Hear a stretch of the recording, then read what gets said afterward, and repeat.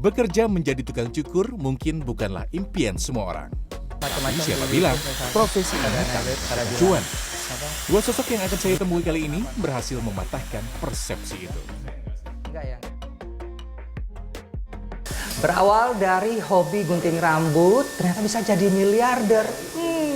Cuan ngucur, gegara nyukur. Syukur.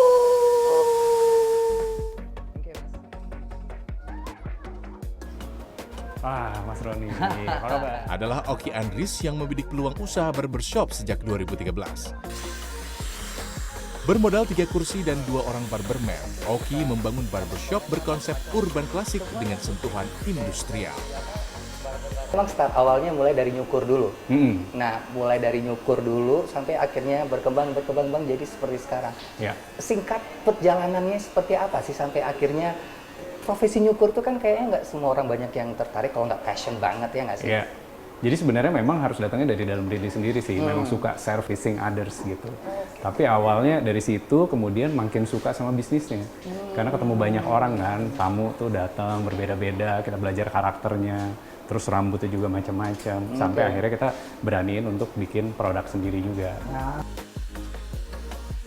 Panggilan hati, itulah yang membuat Oki melepas pekerjaannya di perusahaan swasta untuk fokus mengembangkan bisnis barbershop.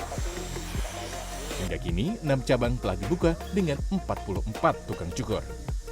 Basically, kita coba untuk repackage lah. Barbershop itu bukan hanya tempat potong rambut aja. Tapi untuk melting pot, untuk networking, untuk memperluas relasi juga gitu.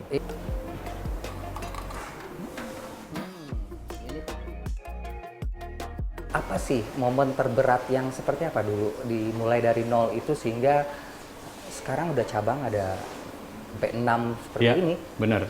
Paling susah tuh memang build trust di awal-awal karena pertama kali kan kita bikin Chief, nggak ada yang tahu Chief itu sebuah barbershop. Jadi kita benar-benar introducing new brand. Kemudian yang paling susah kedua adalah memang kemarin ketika pandemi. Dulu di satu tempat ya? Ya. Dan itu berapa orang dulu barber? Dulu kita buka di Senopati tahun 2013. Awalnya tuh cuma 3 kursi. Yang kerja hanya 2 orang. Terus saya masih jadi kasir waktu itu.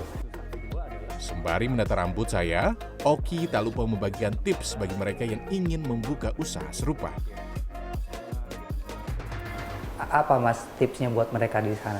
Yang pertama sih menurut saya harus passion terhadap industrinya, potong rambutnya. Jadi kadang-kadang orang melihat, wah banyak ya tamunya, bisa dapat omset banyak, besar dan sebagainya.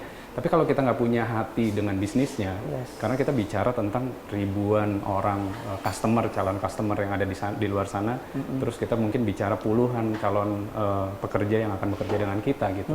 Kalau kita nggak siap dengan operationnya, kompleksitasnya, pasti banyak akhirnya berguguran gitu bisnis. Nice. Mas Oki sudah di style oleh ownernya langsung. Waduh, kapan lagi? Thank you Mas Oki. Thank you.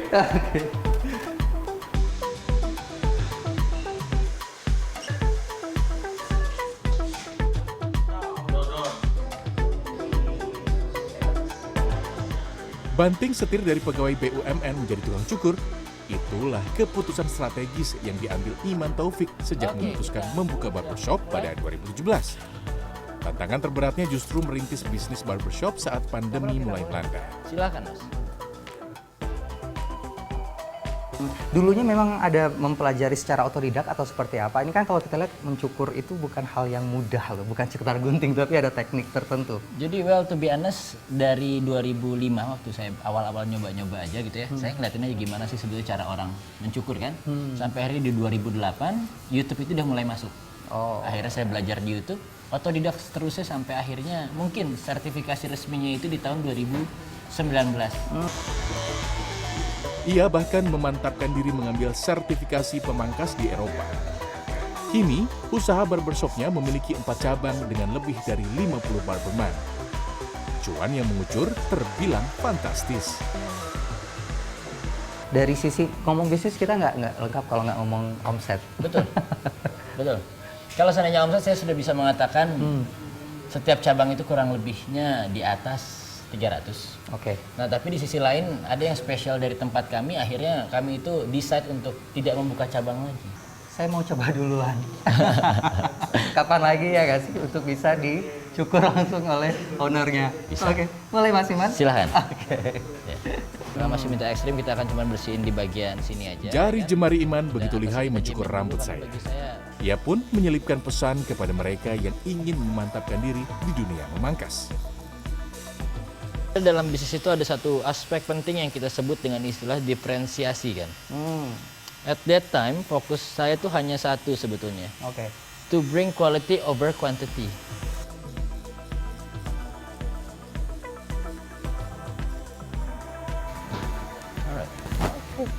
Sih, beda kan hasilnya kalau dipegang langsung sama yang pro. Hasilnya detail banget.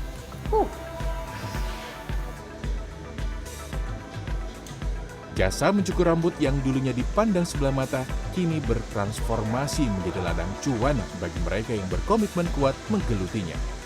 Anda tertarik membuka usaha serupa? Tim Liputan CNN Indonesia, Jakarta.